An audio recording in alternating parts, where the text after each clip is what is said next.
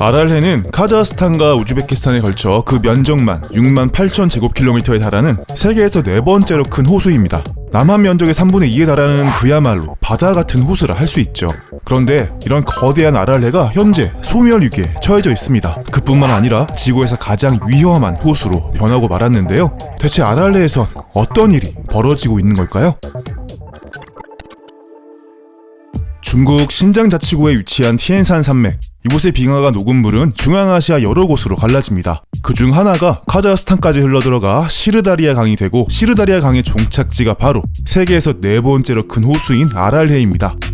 아랄해로 흘러드는 또 다른 강은 아프가니스탄에서 발원하는 아무다리아 강입니다. 바로 이 2개의 강이 아랄해를 만드는 주인공이죠. 중앙아시아 대부분의 땅들은 비가 잘 내리지 않는 건조한 기후입니다. 농사를 짓기엔 굉장히 척박한 땅이죠. 그래서 이곳 사람들은 대대로 가축을 길러 살아왔습니다. 아랄해 주변 역시도 농사 짓기 어려운 건 마찬가지. 그래서 호수 사람들은 주로 물고기를 잡아 생계를 꾸렸습니다.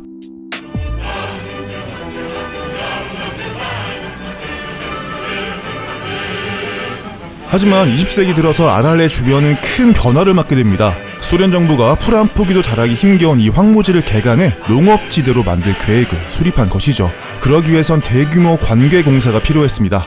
소련은 아랄해로 흘러들어가는 시르다리아 강과 아무다리아 강의 수로를 틀어서 농업 영수로 사용했습니다. 그 결과 엄청난 면적의 경작지를 만들어낼 수 있었는데요.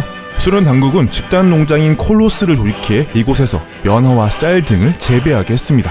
그런데 쌀 농사에 적합한 기후가 아니었던 이곳에서 쌀을 길러낼 수 있었던 비결은 바로 까레이스키라 불리는 고려인들 덕분이었습니다. 1937년 연해주에서 살던 17만 명의 고려인들은 영문도 모른 채 기차에 태워져 중앙아시아 곳곳으로 강제 이주를 당했습니다. 수저 한 벌 챙겨올 정신조차 없던 사람들은 중앙아시아 허허 벌판에 내버려졌고 혹독한 겨울을 지나면서 인구의 5분의 1이 사망하는 비극을 겪어야만 했죠. 하지만 고려인들은 시간이 지나면서 특유의 근면함을 내세워 아무것도 없는 황무지를 농사에 적합한 논과 밭으로 바꿔놓았습니다. 고려인들이 개간한 황무지가 바로 아랄해 주변이었던 것입니다. 특히나 북극성 코로스는 김병하의 지도 아래 타의 추종을 불허하는 월등한 생산량을 기록했는데요. 김병하는 그 공로를 인정받아 2번이나 사회주의 노동영웅 칭호를 받기도 했습니다. 그런데 이처럼 우리 민족과도 밀접한 관계가 있는 아랄해 주변은 현재 죽음의 땅으로 바뀌어버렸습니다. 아랄해가 급격한 수면 하락을 보이기 시작했던 것입니다. 아랄해는 전체 수량의 단 5분의 1만을 빗물로 보충합니다. 나머지 5분의 4는 시르다리아 강과 아무다리아 강에서 충당하죠. 그런데 관계농업을 위해서 이 물줄기를 완전히 끊어버리자 유입되는 물의 양보다 증발해버리는 양이 더 많아지기 시작한 것입니다.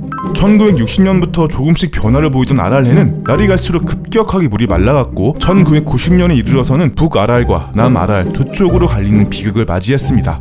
더 큰 문제는 아랄호가 담수호가 아닌 염호였다는 사실입니다. 초기 아랄호의 염도는 물 1리터당 10g 정도, 일반 담수호보다 염도가 높긴 했지만 생물이 살지 못할 정도는 아니었습니다. 아랄호에는 철갑상어와 잉어를 비롯해 100여 종의 어류가 살고 있었고 그 주위엔 500여 종의 조류와 200여 종의 포유류가 서식하고 있었습니다.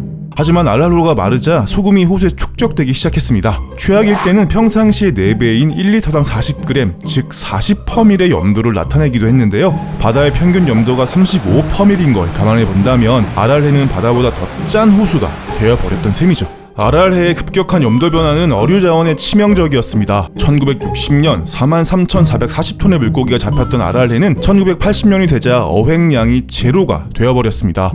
어부들은 더 이상 마을을 지킬 수가 없었고 전부 인근 도시로 떠나버리고 말았죠. 이처럼 소금이 계속 축적되는 현상은 호수가 완전히 말라버렸을 때 더 심각한 문제점을 드러냈습니다. 물이 가득 차있던 곳이 소금으로 뒤덮인 소금 사막이 되어버린 것입니다.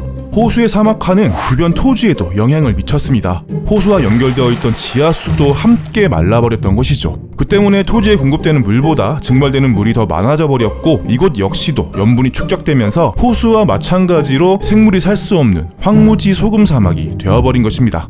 연평균 강수량이 200ml밖에 되지 않는 건조기후는 거대한 모래폭풍을 수시로 만들어냈습니다. 이 모래폭풍에 소금이 다량으로 섞여 주변 농작지로 날아가기 시작했죠. 경작지에 염분이 섞이기 시작하자 수확량은 격감했고 경작지마저 황폐화되기 시작했습니다. 더 이상 어업도 농업도 할 수 없는 사람들은 경제적인 곤란을 겪게 되었고 빈곤층이 늘어났습니다. 그러자 공중보건이 약화되어 사망률이 늘어나기 시작했는데요. 모래폭풍이 함께 섞여있던 화학비료와 농약들 그리고 열악한 수질이 더해지면서 아랄레 주변은 각종 결핵과 호흡기 질환, 간염, 기생충 등이 창궐하는 지역이 되어버렸습니다. 소련 정부도 아랄레 주변의 급격한 환경 변화를 인식하고 있었지만 열악한 재정 상황 때문에 방치만 하고 있다가 결국 연방은 해체되고 맙니다. 그 뒤로 카자흐스탄과 우즈베키스탄이 아랄레 주변을 양분해서 가지게 되었습니다. 한 가지 희망 섞인 소식이라면 카자흐스탄에 속해 있는 북아랄레가 회복의 조짐이 보이기 시작한다는 것입니다. 1992년 카자흐스탄은 자신들의 영토에 있는 북아랄레 남쪽에 뚝을 쌓아 물을 가두는 데 성공했습니다. 하지만 임시 방편이었던 이 뚝은 금세 쓸려가 버리고 말았는데요. 여기서 희망을 엿본 카자흐스탄 정부는 그 뒤로 여러 차례 물을 가두기 위한 노력을 기울였습니다. 97년에는 14km에 이르는 뚝을 쌓아 남쪽과 격리하는 데 성공했고 2003년에는 아예 코크 아랄댐을 건설해 물이 남쪽으로 흘러가는 길목을 완전히 차단하는 데 성공했습니다. 그러자 놀랍게도 북아랄 지역은 서서히 예전의 모습을 되찾기 시작했는데요. 어자원과 주변 동식물들이 복원되면서 현재는 어업 활동까지 가능해졌을 정도로 활기찬 모습을 보여주고 있습니다. 하지만 우즈베키스탄 쪽의 남아랄은 현재도 여전히 말라가고 있는 중입니다. 우즈베키스탄 정부는 강을 원래대로 되돌려 호수를 복원하는 것보다 강물을 이용해 면화 농사를 짓는 게 경제적으로 낫다는 판단을 했습니다. 면화는 우즈베키스탄의 주요 수출품이기 때문이죠. 관계공사로 새로 만들어진 경작지는 무려 우리나라 면적의 87%에 해당하는 87,000제곱킬로미터나 됩니다. 강을 원래대로 되돌리는 일은 이곳에서 종사하는 수많은 농민들의 생존권이 달린 문제이기 때문에 쉽게 결정할 수 있는 사안이 아닌 것이죠. 과연 아랄레는 예전의 모습으로 돌아갈 수 있을까요? 재밌게 시청하셨나요? 좋아요, 구독하기, 그리고 알람 설정까지 잊지 마세요.